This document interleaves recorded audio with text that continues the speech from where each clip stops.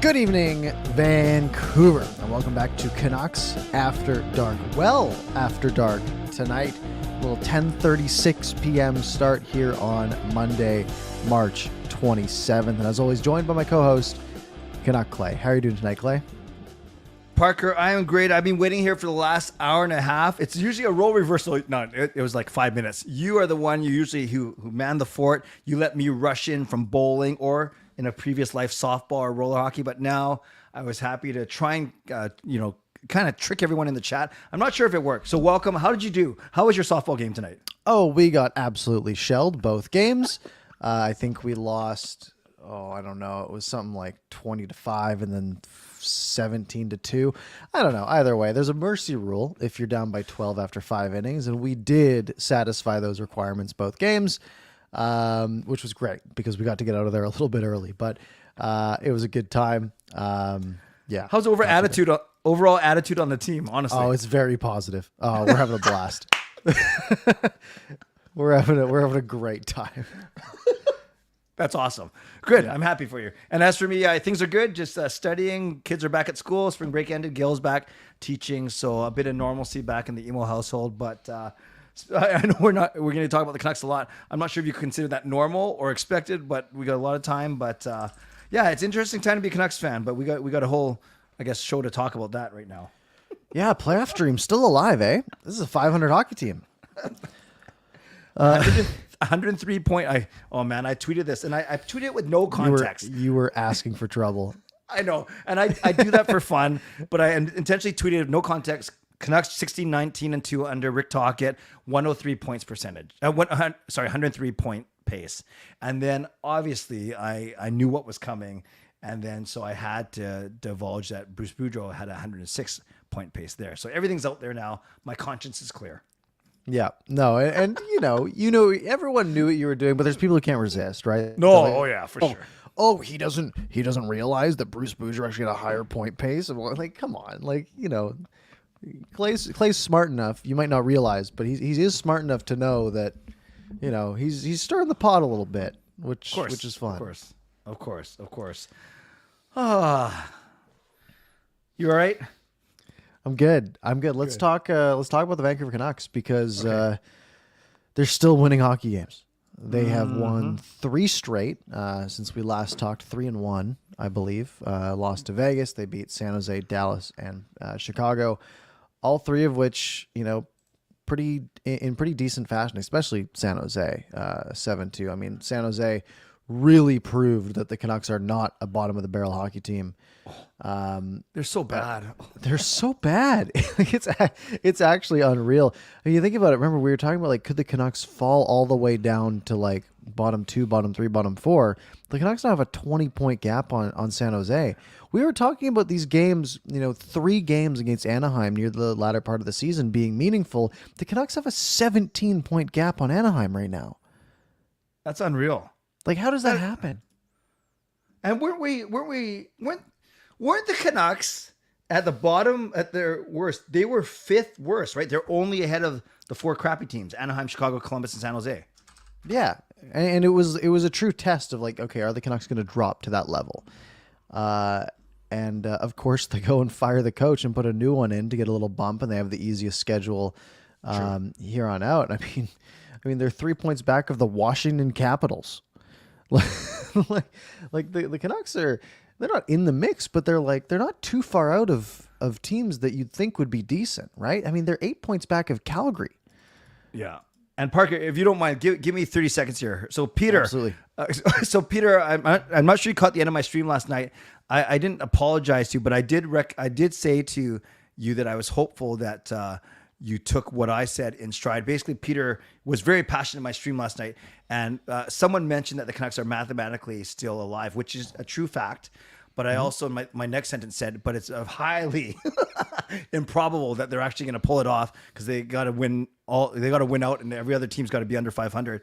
And then Peter and I had a good, nice little back and forth, passionate but fair. So Peter, glad that you're here. Glad we're still friends. Thank you, Parker, for allowing me to say hello to Peter. Yeah, I mean, 9 games left on the schedule. Canucks could theoretically get 91 points. Yep. which really shouldn't happen. I mean, you look at the schedule here on out, though. I mean, they're all winnable. Like literally every single game here on out is winnable. You have St. Louis, Calgary. Calgary's a mess. You have LA, who has been, good, still winnable, but it's probably their hardest game left. Because then you have Seattle, Chicago, Calgary, LA again, that time on the road, Anaheim, Arizona. I mean, 9 games left. The Canucks could very feasibly win 7 of these, right? They could.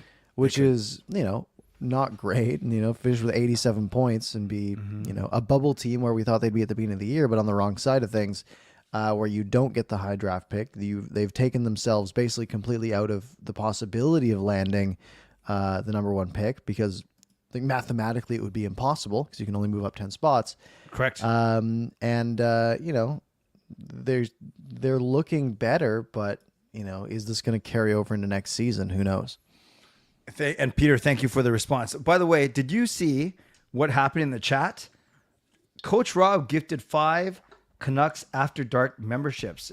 It's weird, man. It doesn't show up on StreamYard, so you have to look actually in the YouTube chat. Yes, I didn't have that open. Yeah, so Coach Rob, thank you for that. We're going to figure out what membership means really soon, but we appreciate it. Marcus, Peter, Japan 4J, and Matthew, welcome to membership. That's awesome. Absolutely. Okay, you guys get some emotes or something. By the way, Parker, if we win out, as you said, 9 times 2, 18 points plus 73 is 91. Quickly, can you remember how many points the Canucks ended off with last season? Oh, they were in the 80s, right? Like 88, maybe? They actually went out with 92. They went 42, 30, and 10 for 92. No, that's 94. 42, 30, and 10 is 94. Really that high? That seems... that doesn't sound right. That seems wrong. 40, 32, and 12? Okay, hold on. They were 40, 30, and 12 for 92. 92, okay. 40, 30, and 12. Yep. So the playoff bar was 97 last year. Nice.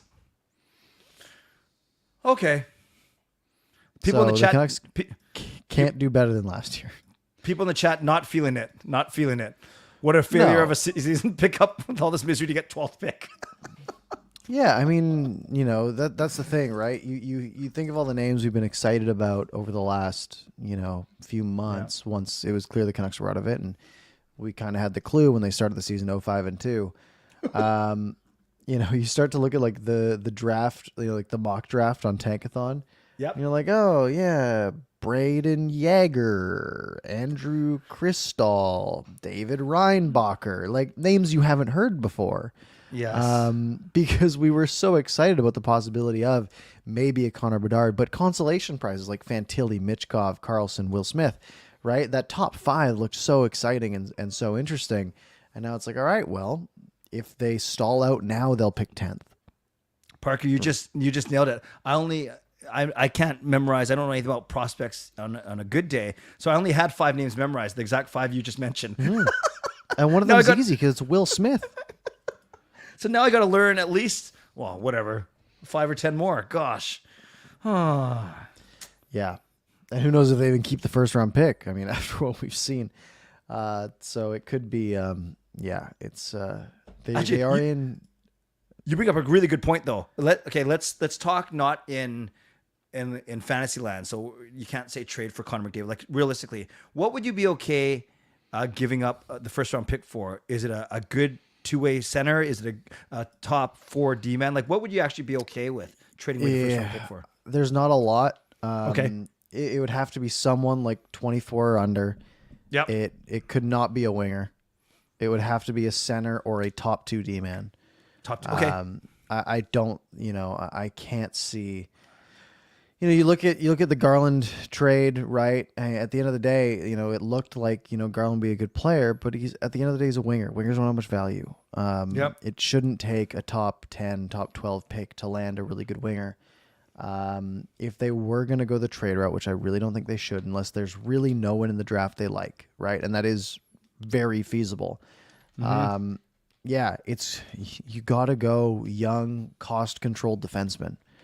And I think, a top 10, top 12 pick in a draft that's notoriously deep on talent, if they were going to trade it, it's got to be on the back end. The Canucks have the firepower, right? They haven't been short for goals. They haven't scored, a ton. But they've scored more than LA has. They've scored more than. Sorry, I'm looking at the wrong year. I was looking at last year's standings. They've scored more than Calgary. They've scored just as much as Seattle. They've scored more than Vegas. They've scored more than Minnesota. Minnesota's the top of the Central. They've scored more than Colorado, who's second in the Central. They scored the same amount as Dallas. They've scored more than Winnipeg. They've scored more. They've then basically everyone in the Western Conference except Edmonton, LA, and Seattle. The Canucks have the firepower. They're probably like 8th in the league in goals for. The problem's really been goaltending and, by extension, the defense, right? Because if you can have the defense to bail out your goaltending when you are getting 875 level goaltending like they were early in the year, if you have guys that aren't Oliver Ekman-Larsson, that aren't Tyler Myers in your top 4, you have a chance to get something done. They've done a bit to address that with Filip Hronek, but you need more, right? You don't want Quinn Hughes playing with Noah Juleson for 20 minutes a night next year. Yeah. So full stop. So I agree with you that it's got to be a top pair and D-man, period. End of thought. Next thought. Hasn't he been really good? He's good. I like this guy. It's a good start. Again, it's not helping right now. But it has been a good start, and it's what the team needs, right?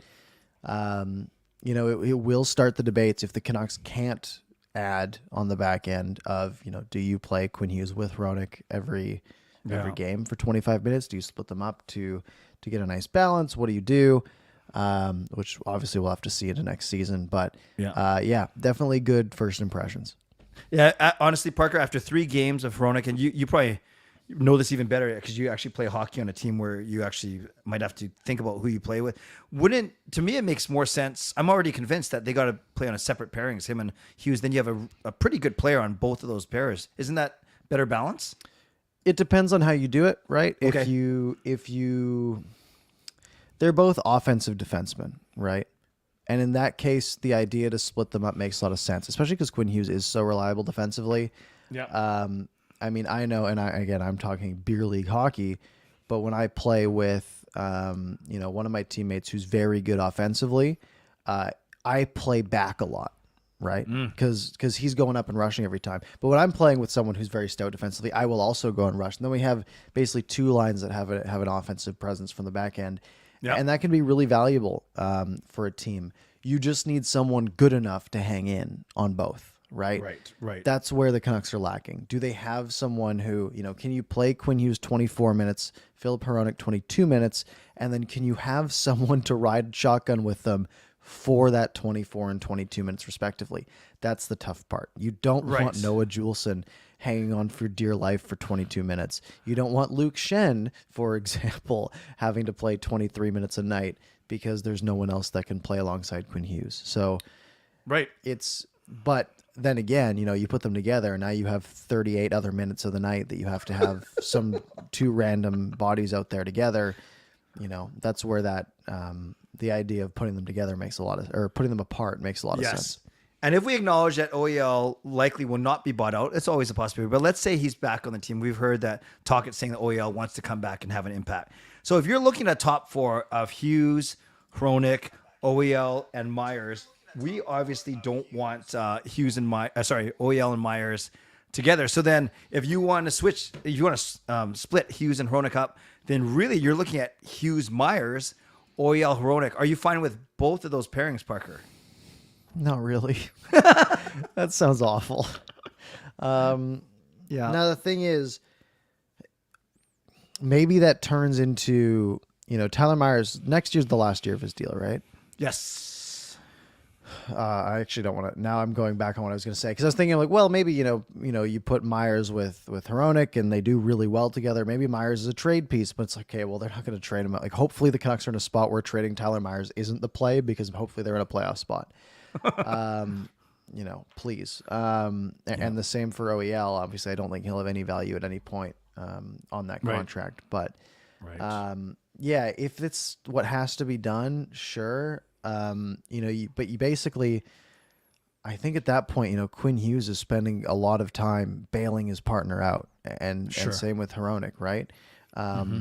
But there's just not enough great defensemen to go around. It makes it tough. And then you think this through, Parker, and I love your opinion on this one. So let's presume that Hronek's our number one right D guy, whether he's with Hughes or not. That's Myers is our number two, as much as we might not like his contract. Then are you willing to pay Ethan Bear 2.5 to play on a third pairing when Burrows and Juleson and those guys have been doing it for 750? See what I mean? Yeah.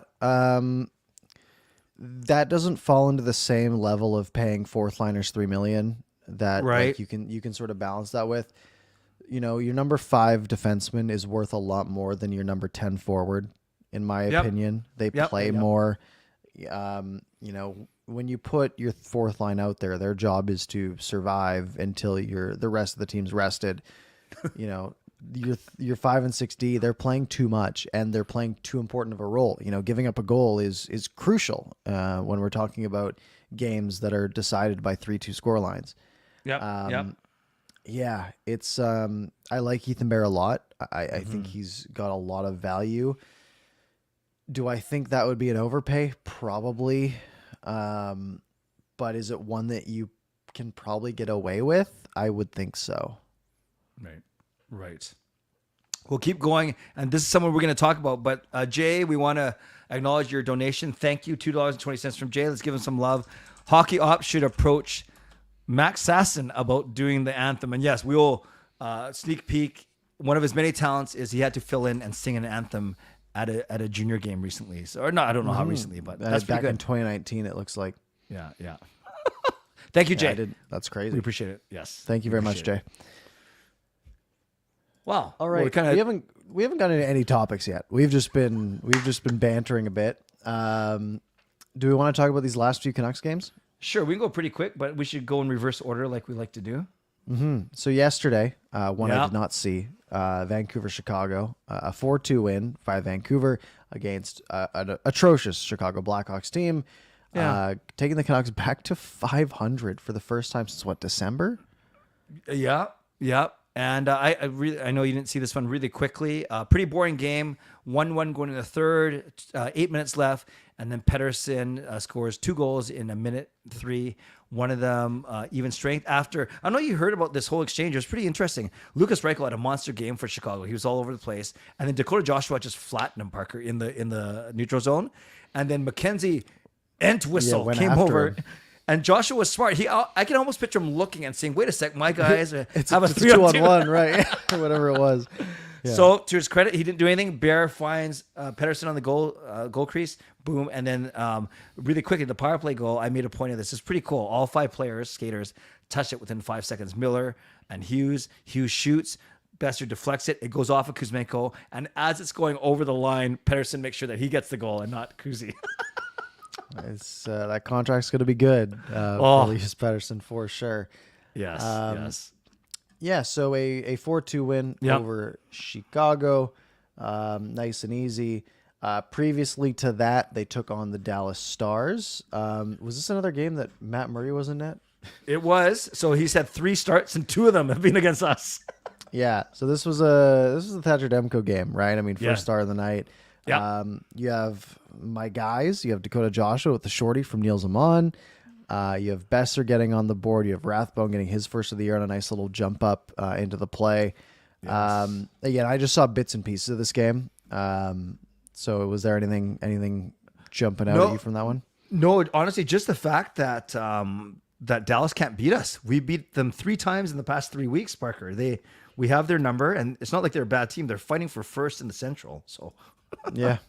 I mean, think about that for Dallas, right? They win those 2 games. They're first in the Central right now. Just 3 points back, but they have been struggling. And then back to, I guess, San Jose, if there's nothing else in that Dallas game, where the Canucks absolutely shelled the San Jose Sharks. Oh, a disaster. This one was fun. I was actually at this one with Justin Credible for one of our viewers, and it was pretty funny. We were just kind of looking at each other and saying, okay, and he predicted 4-1, I predicted 5-2, and we were both nowhere close. 7-2, and everyone was scoring, but 7 goals, and Petey and Hughes only get 1 point each, I think. Yep, that does look to be correct. Yeah, Tyler Myers 2 assists. No one it's crazy in a 7-2 game. No one had more than 2 points on the night for Vancouver. Very well spread out scoring. The only two forwards that didn't get a point were Besser and Kravtsov. Wow. And then Roenick, Bear, and Wolainen didn't get points either, or Burrows. Secondary scoring galore, though, when you look at all the goal scorers. Yeah. It's funny, just like seeing, like scrolling through the scoring somewhere on the side, and just the number 66 pops out from Erik Karlsson. Yes. As the number of assists he has this year. But Canucks just took it to him. Yeah, this is you add Dallas to the three California teams. Those are the four teams that the Canucks dominate this year. Is LA surprisingly and Dallas surprisingly, and then of course the two crappy teams. But did you watch this one? Did you have it on? Were you kind of going deaf? Yeah, I had it on. I wasn't really paying attention though. Do you watch any games anymore, man? A bit. I've been busy. Okay, I'm just bugging you. I have to. It's a tall order to. Because it's, especially these ones where it's like, hey, they're probably going to win and it's not really the best thing. Yep. I'm just in it for John Garrett at this point. Because it's really all that's left. We'll get to that. That's right. Good but point. We do have the Vegas game on March 21st, last Tuesday, where the Canucks did lose this one. I will tell you, I did not watch this one. This one is going to be all you. Yeah, and this one, it's Tuesday night's my bowling night, so I had it on a monitor, Parker, but I was too busy getting my butt kicked on the lanes. I sent my daughter Kayla to this game. She came back. Actually, she did not a bad breakdown for a 15-year-old girl who doesn't know anything about hockey. So, but overall, what I see is a couple breakdowns in the first. I'm not sure you saw the highlights. Ethan Bear, a horrible giveaway to Kessel. Brock Besser, a horrible giveaway to Riley Smith, and those were the first two goals for Vegas. Canucks fought back. JT Miller had two goals in, one shorty on a penalty shot, which is awesome, and then one power play goal. So overall, and then DiGiuseppe makes it close in the third. So the team that probably should have won, but it's not like the Canucks were outclassed. But it's still a long way from winning this game. But they outhit. They had better special teams. They had more shots on goal. So when you look at actually the line stats, it's the stat line, I should say, it's not that bad. But Vegas, they're kind of that team where they just kind of, it's hard to beat them. Like, do you remember how often do we beat these guys? Honestly, yeah, not very often. It feels like they just sort of play around. They don't have to try very hard. And it's like the Canucks were 12 years ago when they would just go against teams and we're down by one going to the third. We'll score our two and we'll go home. Right? It's sort of that level. I mean, looking at the schedule, we got 3 games this week. Let's knock our predictions out right now. Let's do it right now. We got away in St. Louis tomorrow, so a Tuesday, 2-day break until Friday the 31st at home against Calgary, and then LA, an early one, Sunday at 5:00 at home. So 3 games this week. I think they're going to lose at least one of them to get this, what do you call it, fantasy or this thought of playoffs. I actually think they go ones across. They go 1-1-1. Yeah, that seems pretty plausible. The Flames seem like a mess right now. They are. I think they beat Calgary. I think they beat St. Louis too. I'm going to go 2-1. Okay, I like that. Sweet. Sure. All right. Should we get into our title topics? We've got 3 of them. The 3 of them are Max Sasson. I don't know if I'll pronounce this right, but Akito Hirose. Have you Not looked bad. it up? Well, I am Japanese, so this one I can get right, I actually. guess that's one you don't have to look up. They are saying Hirose, but there's no C, S-E in Japanese, so technically it's Hirose. Akito Hirose. Yeah, I like that. You got it. Thank you.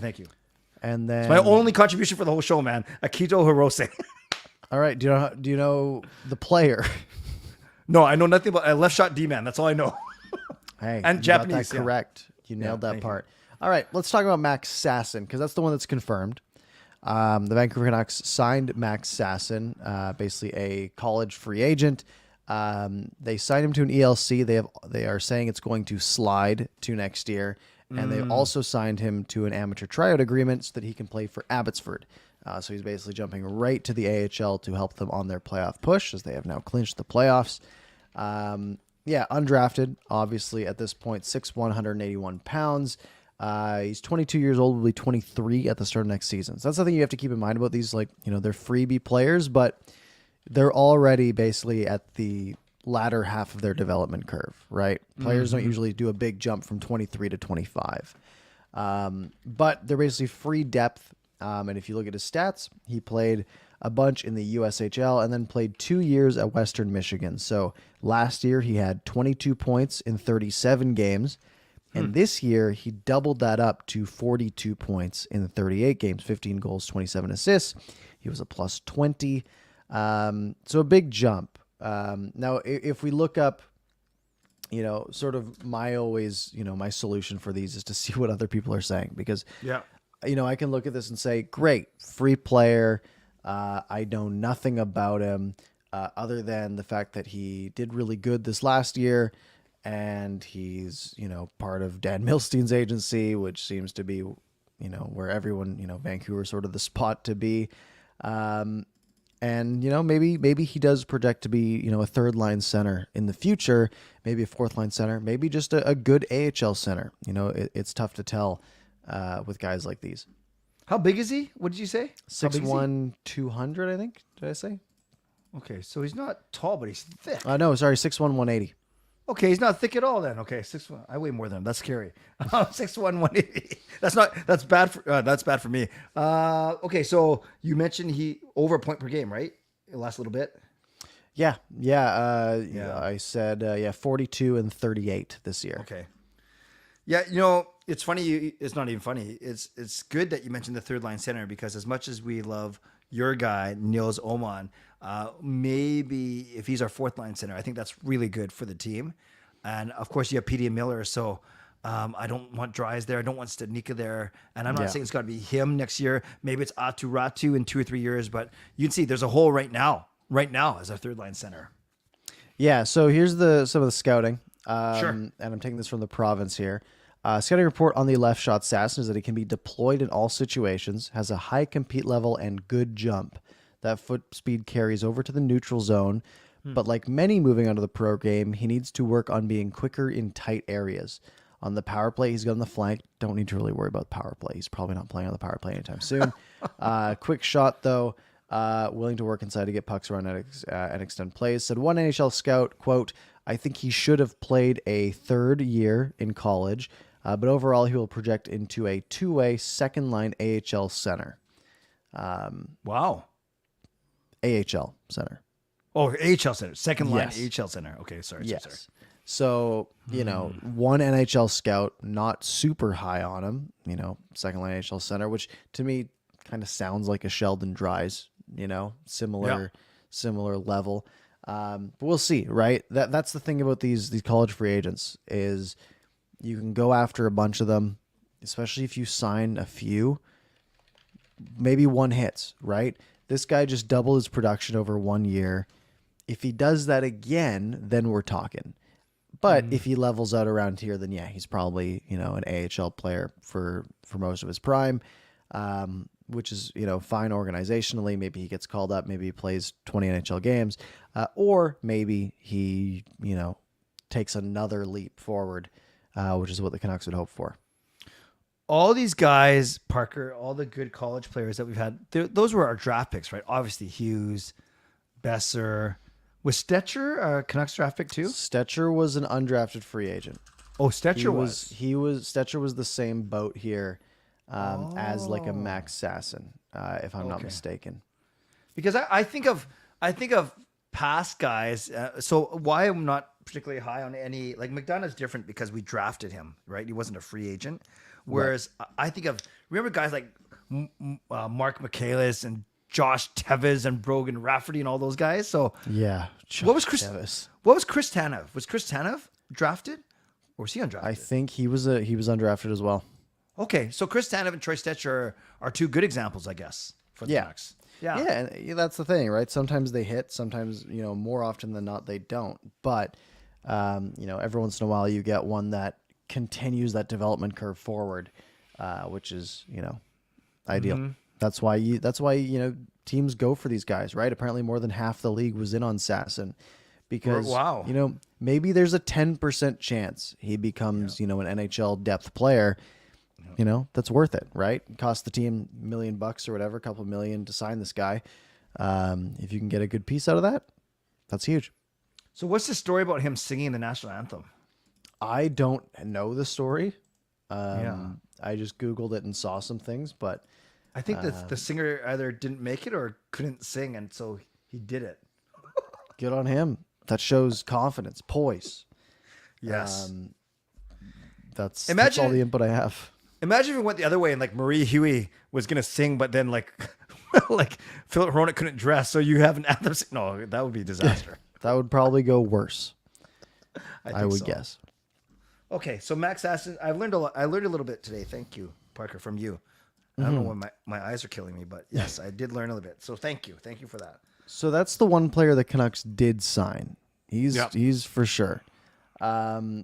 However, they also are very rumored to be in on, and Rick Dhaliwal was pushing it. Elliot Friedman jumped in and said it's probably going to happen. Akito Hirose, is that what you said it was? Yes, Hirose, Okay. very good. Hirose. Also rumored to be coming to the Vancouver Canucks. A bit older though, has played 3 years in college after playing 4 years in the BCHL. So he's already 23. He will be turning 24 in about 2 weeks. So we were talking about basically a 24-year-old defenseman, 6 foot 170. Grew up playing in I don't know where Edge School is, but ended up in Salmon Arm in the BC Hockey League. Putting up okay numbers there, and then in college.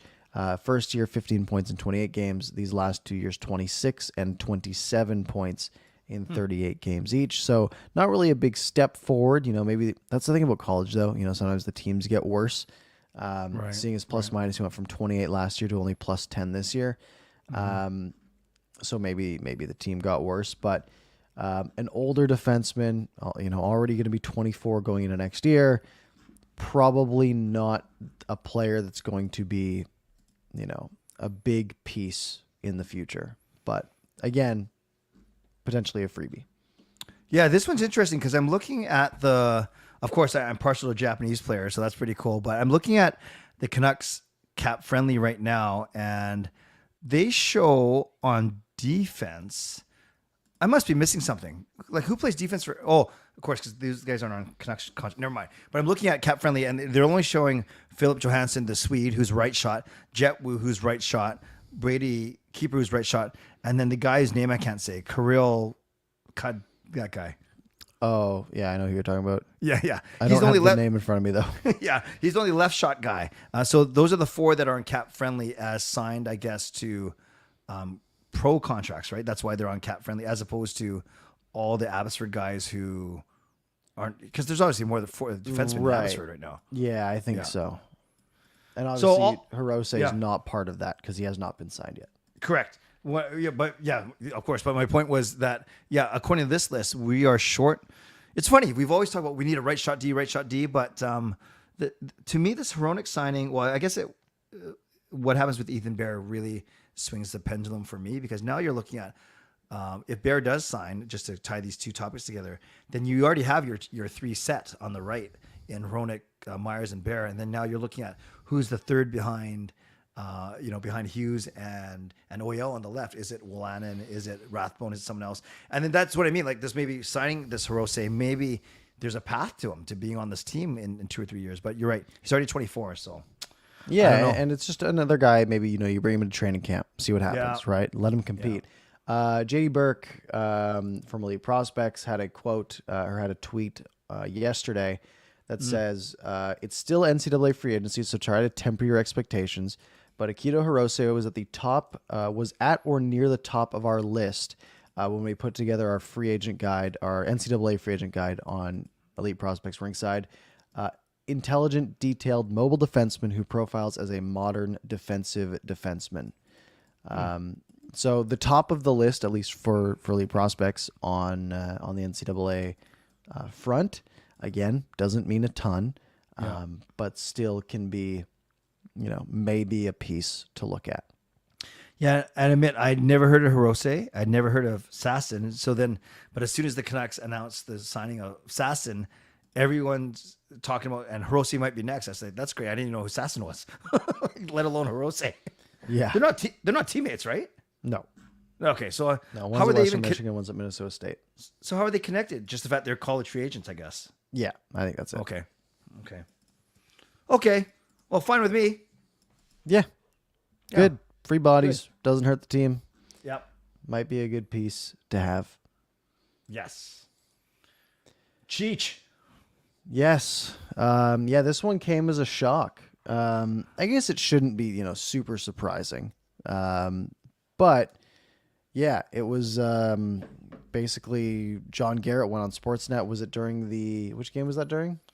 Not Dallas game? No, San Jose, because I was at the arena and I was getting all these tweets, seeing all these tweets saying, "Hey, John Garrett." Yeah, so it was Thursday night.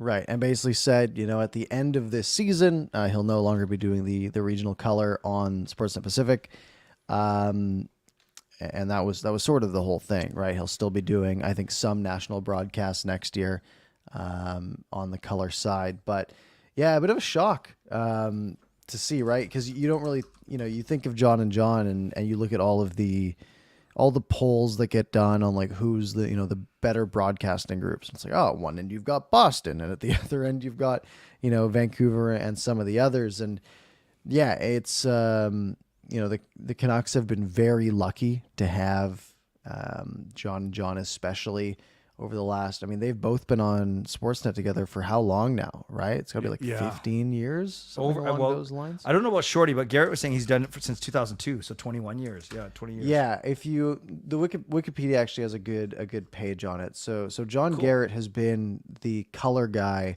on Sportsnet Pacific since 0203. And Shorty was on Canucks TV before that and the radio, and got to Sportsnet in 2008, it looks like. So they've been together, 08, 09, so 14, 15 years, somewhere in there. And Dan Murphy's been with them since 2001 as well. He was all the way at the beginning of that as well. Yeah, and it's just a weird, sort of turn, right? You look at the hockey team and how that's changed from 2001, right? The upswing of the Sedins, the West Coast Express, and the Sedins in late 2000s, early 2010s. And then, we're sort of on this, there was like the third phase of the Canucks with the Bo Horvat era. Now he's gone, and now it's for the Elias Pettersson era. The Canucks have sort of gone through 4 iterations under John Garrett and sort of 3 under Shorty. And it's weird to see, they've sort of been the one constant, other than the logo, really. And to have that change now is sort of another wrench in that. Now, I don't put any stock in the conspiracy theory, the theory that he was pushed out, because the way he worded it, this will be my last season. He didn't say I'm retiring. He just said, as you said, Parker, this is my last season doing the regional. He's still going to do a few national things, I'm sure. Do you think this was his volition, some of his volition, none of his volition?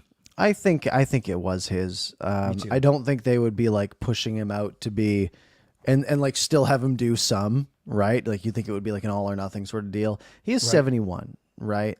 And it's a pretty demanding job, right? You're traveling with the team, 82 games a year. It's got to be a lot of work, right? So maybe he wants to stay closer to home, do some of the national broadcasts, Hockey Night in Canada games that are at Rogers Arena, or wherever he's living. I'm not entirely sure. But yeah, you'd think that would probably be, best on him. So by the way, he told a really funny story on the broadcast last night. I don't know if you heard about the hot dog story. So there's yes, I did.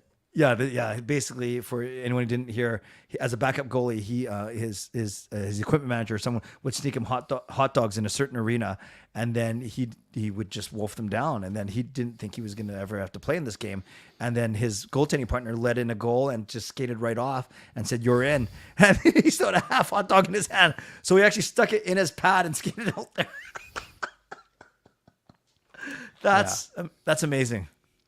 Yeah, that's a weird move, right? You think you just leave it on the bench, right? Yeah, I guess Unless he was you afraid were- he'd get in trouble. Yeah, I don't know. Yeah, it seems like an odd move. But yeah, I mean, what was your I mean, you're there, right? Yeah. What was your reaction when you heard that? I was pretty surprised. I was not at all surprised at the outpouring of love for him because he's such a.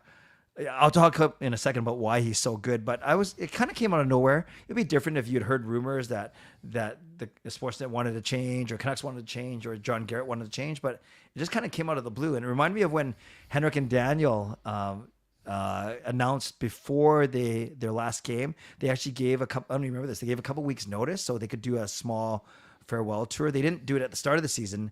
They did it near the end, and they simply said they didn't want it to be a distraction. So kind of reminds you of that. You can do a proper send off. But for Garrett, we love him because he's kind of a homer. He's a former goaltender. He doesn't take himself too seriously.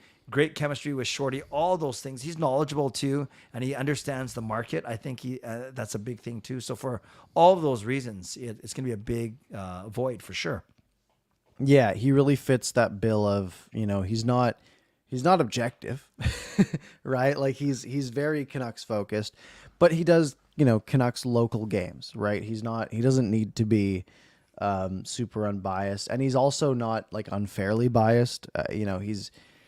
He's fun to listen to. The chemistry's big, right? Him and Shorty, the times that they're just sort of sitting there laughing at times during the game and, killing time. Yeah. I look back at sort of his, broadcasting career, right?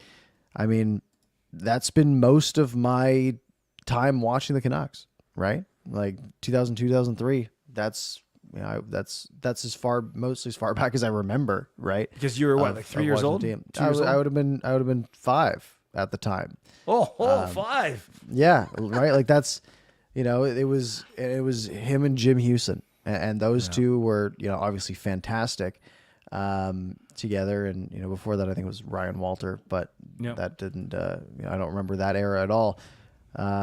Yeah, it was. It's crazy to think. I don't know what they're going to do to replace him. You read my mind. I was going to ask you. Maybe the answer isn't who you think, but who would you want to replace him? It's tough, right? A lot of the times they pull from the radio side, but on the radio side, that's tough, right? Because it was Batchelor and Hirsch last year, and then Hirsch stepped away. If I'm not mistaken, I haven't listened to the radio again in a while. So it's Batch and Randeep Janda now, who's very good, actually. Yeah. Right, yeah. but I mean, are they going to put Randeep in there after 1 year of doing on the radio? Who knows, right? They might have a different person lined up, but I don't know. I wouldn't even have any names at the top of my head to think of. Yeah, and I'm not saying it should be these people, but I thought, Joey Kenward is still employed by the Canucks. He's got a decent voice. He has some experience. Yeah, some people have talked about Corey Hirsch back, but I don't think he wants to do it. Some people talked about Corey Schneider. I don't even know if is Schneider still playing though? I think technically he is. He's under contract somewhere, right? I think he's still playing for the Islanders. He's playing for the AHL team for the Islanders. He's got a 916 in Bridgeport this year. Oh, we should bring him back. Yeah. Good on him. Then there's, of course, the ex-players that people love here, like Bieksa and Yannick Hansen. You know my theory. He was somehow grew all this courage now that he's behind the... Okay, don't get me started on Yannick Hansen. So there's Bieksa, there's Hansen. Some people saying Satyar Shah might be good. I like Sat. He's not the most engaging I've ever heard, but he knows his stuff. Some people are saying Parker Hollowell might be good. By the way, if you did it though, like let's say you were qualified and you got the job, would you rather be play-by-play or color? I think play-by-play. Color seems hard. Okay, I'll be your color man. Let's go. Me and you. Sweet. Let's go. Let's do it. Let's go apply. Color seems harder than play-by-play. I feel. I don't know. That's probably not true. Play-by-play, you'd have to come up with different ways to say the same thing over and over, though, right? Right. That's challenging. Yeah. I don't know. Kenward's obviously an option. I don't think that would be like a fan favorite option. Nothing against Kenward, but he's never been like at the top of my list. Listening wise, I don't think. I don't think Sportsnet really has like I don't think they really have anyone in the wings that's like excellent for the job. Yeah. You know, I doubt they're stealing Ray Ferraro or anything from Right. From TS. from ESPN at this point. I think is what he's mainly on. That's true.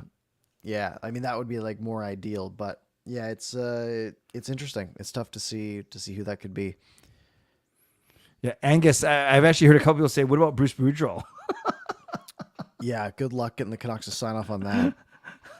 Keep in mind, like, yeah, it's Sportsnet, but like the Canucks have a say, right? The Canucks the Canucks definitely have a say on who is doing that job. Yeah. Did you ever do like even fooling around, whether it's at the P&E or just at home, making your own demo tapes or pretending that you were one of the broadcasters or anything like that? Oh, growing up my whole life, playing the NHL games, like starting at like NHL 2001, I would be the play-by-play while I played. Oh, were you good? I don't know. Probably not. There are a couple streams where that I've done with some of my longer streams where I play NHL with my two boys and I suck. You know that, and I'm not smart enough to properly stream it, so we film it, if you know what I mean, with my camera, and then we talk over it, and we try and our commentary is just atrocious. Like you think, you know. Yeah, well, I don't know if anyone thinks it's easy, but yeah, you got to come up with, like I kind of mentioned this already, different ways to say the same thing over and over. You also have to keep in mind, be good to yourself because the NHL video games are way faster than real hockey. Forgot about if you try to do it during an actual NHL game, it sucks because the names aren't under everybody. But it is a little easier because it's slower. Right. And they don't have the money pucks too, which is very exciting. Yes, I hear what you're saying. Yes, there's no goals that are -2 for the other team. It's the only way I can win. Okay, good. Yeah, so it's too bad. And yeah, it's you can just tell the outpouring of love. I've only had one actual experience with John Garrett Parker. He was actually at the Canucks golf tournament last year, and we just had 2 minutes to kill before his foursome teed off. And he's a Catholic. He goes to church in Delta. So we actually didn't talk Canucks. We talked about Pope's visit to Edmonton and Catholic, history for a couple minutes. It's pretty cool. So very likable guy though, and that's the one thing I do here. Fans all over the place love him, and he always makes time for them, which is pretty cool. Yeah, he's extremely likable. That's his shtick. Yep. At this point, indeed. So it'll be sad with him gone. I can't believe we're at 48 minutes. What have we been talking about today? Not much, honestly. We've hit our 3 main topics. Now it's time to go to the people. So people, if you've got any questions, now is your time. Angus says, goalie's usually good color, guys. Wonder if Alex Ald is interested. Wasn't Ald on Sportsnet occasionally? He was for a while. I do like, and I was reintroduced to him in Scott Rintoul's West Coast Express podcast. I like Ald a lot. I haven't listened to that yet. I was sort of waiting for it to all come out, but I will get into that. Yep, it's done now. Here's a good one for Spartan. Will Beauvillier, Mikheyev, or Podkolzin play with Petey and Kuzmenko? And that's even presuming Petey and Kuzmenko play together, because I heard some chatter that they could get split up and drive 2 different scoring lines. So what do you think? Yeah, it's going to be tough to split them up, right? Because Beauvillier, Pettersson, and Kuzmenko have been playing good, right? Like really good, to the point where Elias Pettersson's probably going to get 100 points this year. Kuzmenko is going to be close to 40 goals, right? Mm-hmm. And you know, I don't think Beauvillier is the reason for that, right? I think it's Pettersson and Kuzmenko as a duo more than anything. I wonder if they do go back to Mikheyev at the start of next season once he's fully healthy with that ACL. But I could see that really being a competition in camp. Yeah. Mikheyev has the speed to drive that line a little bit more potentially over Beauvillier. And Beauvillier, I think he'd be fine with Miller and Besser if you say that's your true top 6, and then you have a battle between all these guys, including Podkolzin and others for the bottom 6, I guess. Yeah. I'd be okay with that. I'd be okay with putting the 2 Russians with PD again for sure. Yeah. I think really it's going to come down to the duos, right? That's what lots of teams are doing now. That's what we've talked about in the past. That having the you sort of have duos and then have a supplementary guy that you can sort of swap out if need be. So just keep Pettersson and Kuzmenko together because they've been gelling really well, and they can each score 40 goals in a season potentially next year if everything goes well. Mm-hmm. A lot of love for Don Taylor in Japan for Birdie or Tristan, who's using Birdie's account. Yeah, there's a lot of love for Don Taylor as well. What do you think of Don? Yeah, that would be great. I saw a lot of people mentioning that he was really good in like NHL 2004, which was such a throwback for me because I'm like, yeah, I played that game, but I didn't remember that Don Taylor was on color in that game. Yeah, it would be great. Yeah. I don't know if he'd want to do it, right? Again, like it's the amount of travel involved, right? Like it's 82 games, Don Taylor's 63. I don't know if he wants to, be traveling that much, around North America for 8 months or 6 months of the year. And I don't know if you ever catch Donnie and Dolly, but Don Taylor still does like quick 2-minute highlight packages every day. It's pretty good. He's got all his sayings and it's such a throwback for me. It takes me right back to growing up watching. For me, Sportsnet Connected, right when I was 7, 8 years old, and it would be on repeat because every hour they'd just air the same episode of Sportsnet Connected. So you'd sort of fall asleep in front of the TV and you'd wake up and be like, wait, I've seen this before. It was always Don Taylor doing it. Yeah. And then before Sportsnet, obviously Sports Page. So, I'm with you. Okay. What else we got? Edmund mentions Gary Volk. I don't like Gary Volk. He was mean to me when I reffed his son's team. Tell us about that. Tell us. No, he was fine. It was like a rep game, and he was mad at a call that I didn't make because I was 13 years old and was too scared to do anything. So yeah, I love it. Yeah, I don't like Gary Volk either, and neither does my son Sean. But he's not a co-host, so it doesn't matter. Angus says this: as we know, the elephant in the room is the Canucks need one more true top 4D. How are we going to attain one? And what do we do with Myers and OEL third pairing with no cap space? That's an expensive third pairing. It is, but I mean, you say one more true top 4D. So what you're saying? You only need 3. Like who's the fourth? Who's the third that they currently have? Right. Sure. Yeah, you can get away with 3, right? And even if you have 3 top 4D, you can split them among 3 lines and have 3 sort of pylons with them. But yeah, with Myers and OEL, I mean, you have to keep them on the roster. You don't necessarily have to play them, but they're probably better than a Brisebois most nights. Yeah, it's tough. I did a poll. Speaking of defenseman, Parker, I did a poll on my Twitter, and it was basically 50-50. It's 52 to 48%. So basically 50-50. So I asked you, all things being equal, you want Wolanin or Rathbone, if those are your 2 choices, as your third left side D next year?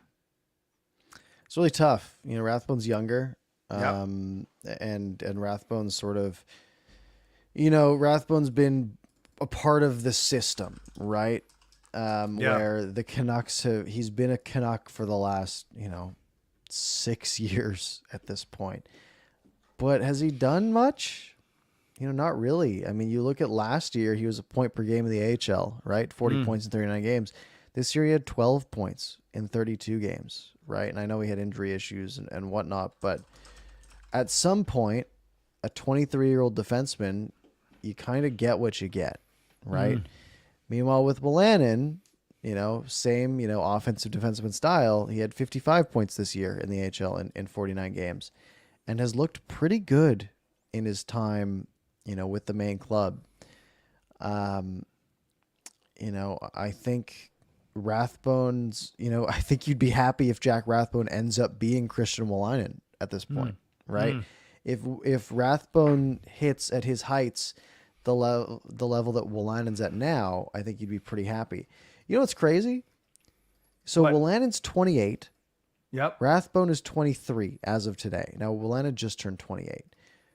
Wolanin was drafted 2 years before Jack Rathbone. What? Wolanin was drafted in the 2015 draft. I guess as a 20-year-old, as an overager. Oh. But he was drafted in the 2015 draft while Rathbone was drafted in 2017. So you're saying fact. 5 years older, but only professional hockey 2 years. Essentially longer. 4 years older because he just had a birthday. Bad timing for Wolanin. He signs that 2-year extension and then he gets injured that same night. Yeah, that is unfortunate. But I mean, for the Canucks, it's a great deal, right? It's risk free. It was $750 by $500, $750 in the NHL, $500 in the AHL. great deal, right? Because if you can have him, if you have him either being a point per game defenseman in the AHL or being your number 60 in the NHL and doing what he has done this year, right? And being as good as he has been this year, you're laughing, right? That is a huge piece that costs you no money. It's $775, not $750, but yeah. Very, very good to have. Good. Here's a good question from RP88. Do you think Brock will be gone this summer? This is tough. I mean, feels like a question that we've been looking at for years now, right? Yeah. Brock Besser has quietly been putting up points. I think I saw a stat like, points since Rick Tocchet took over, and like Besser was like sixth or something. He's got 49 points in 65 games. It's what, like a 55. That's probably like a 60-point pace over the course of the year. That'd be a career high for him, right? Now, sure, he's 26, just turned 26, but he's gonna be a 50 to 60-point player for his entire career. Now, does he make too much money for that? Yes. Would he probably benefit from moving somewhere else? Yes. But if you're the Canucks, in this market with wingers, unless you desperately need that 665 in cap space, what's pushing you, right? Oh, are you gonna get a second round pick for him? Like, that doesn't seem effective, right? Like, I feel like you can do better than that by having him, right, and having a breakout year for him, and maybe getting something for him in the next offseason. I feel like his value is lower than the way he's been playing lately. And I feel like, to me, it's, I feel like we've seen so much selling low in the past that maybe, just there might be a little bit of a hint that, maybe under Rick Tocchet, maybe there's something here. Maybe he can put up 65 points next year. Maybe he can put up, 25 goals and 40 assists and be worth something next offseason more than he is right now. No, I agree with you, Parker. And I've said it's one thing. You can't just look at his goal totals, because he's become a better passer. He's become a better two-way player. Yes, as someone pointed out, his minus is still pretty bad, one of the worst on the team. But... Right, but you remember how the start of the season was, right? Yep. I think if you ignore the first 15 games of the year, he's probably even. I hear what you're saying. So, yeah, I'm with you. He might be okay being here if he really likes playing for Tocchet.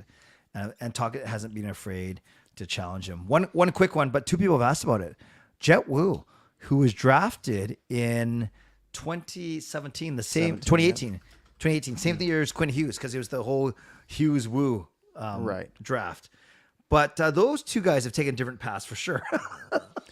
Yeah, I mean, Jet Wu was touted, especially when he was drafted as sort of a number 4-ish defenseman with some offensive upside, right? Yeah. And then he went from putting up 25 points in 44 games in his draft year, getting drafted, and then putting up 66 points in 62 games, right? Yep. And we thought, wow, this guy is on pace to be a NHL defenseman. And then he regressed, right? And then he went down to 46 points in 64 games in the WHL, made his leap to the AHL. First 2 years didn't really do anything. And this last year, 16 points in 62 games and a +7. That offensive upside's gone, right? Now he's sort of being more of a physical, a physical, more defensive-oriented defenseman, which he's been fine at. He's got 92 penalty minutes this year, and he's a +7 with 16 points. 22 years old, will be 23 at the start of next season. The ELC probably doesn't, the ELC expiring probably doesn't matter, right? I mean, what are they going to, he's not going to command $2 million a year. No. Right. You can probably sign him at another 2-way contract, $800K NHL, $300K AHL and do that for 2 more years. Right. I don't think there's really any reason to cut bait, because I don't think it really helps anybody. Because I think he's probably been a solid piece in Abbotsford. Yeah, and just to bring this whole nationality thing full circle, I was talking about Hirose being, I think, Japanese, and Jet Wu is half Chinese, which is my other half. I got so excited, Parker, when they drafted him, because to me, and when I saw him his next year or two in junior, to me, he was like a Kevin Bieksa type throwback, like good skater, right side, good offense, pretty tough, and then I was so excited for him, and I kept saying, okay, next year's the year. And look, we're 5 years later now. We're 4 years later. Yeah. Yeah. I don't know. Great point though about if his ELC ends, is it a low risk to take one? What do you do? Keep extending him year by year? I don't know. Yeah. Again, it's depth at this point. Yeah. It doesn't matter, right? Yeah. He's like the 11th D-man in your system. It's not. I don't think it's a big deal either way. Yeah, I understand. I gotcha. Wow, 1 hour. 1 hour. Wow, Boom. we did it. All right, 3 more games this week. We already talked about them. We did. So there's 11 left in the season. I'm changing my 9 prediction. left. No, 9. I'm changing my prediction. I was thinking about it. I'm too positive to go 1-1-1. You said 2-1. Yeah. So you're gonna go 2-0-1. Yes. All right. Yeah. Fair enough. I changed my loss to a win. Yeah, 2-0-1.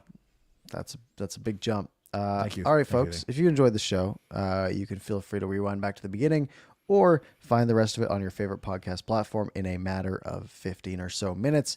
Make sure you subscribe to the channel, hit the like button, do all that good stuff. You can find me at ParkersPucks on Twitter and YouTube. You can find Clay, Canuck Clay on Twitter and on YouTube. We'll be back next Monday, April 3rd, same time. No, actually, different time, 10 p.m. back at our normal time slot, hopefully. Yes. Same place. Clay, any parting words? Yeah, just Canucks fans, just if I say to you, enjoy the ride, you're going to get mad at me. So just do whatever you want to do over the last 9 games. I'll be trying to get to a couple of them. Not streaming tonight because we went late with this one, and I'm happy that this stream satisfied my stream quota for the evening. So Parker, a few more games and maybe a couple more signings, and we'll kind of just see what happens and go from there. Excellent. All right, folks. Thank you very much. Have a good night.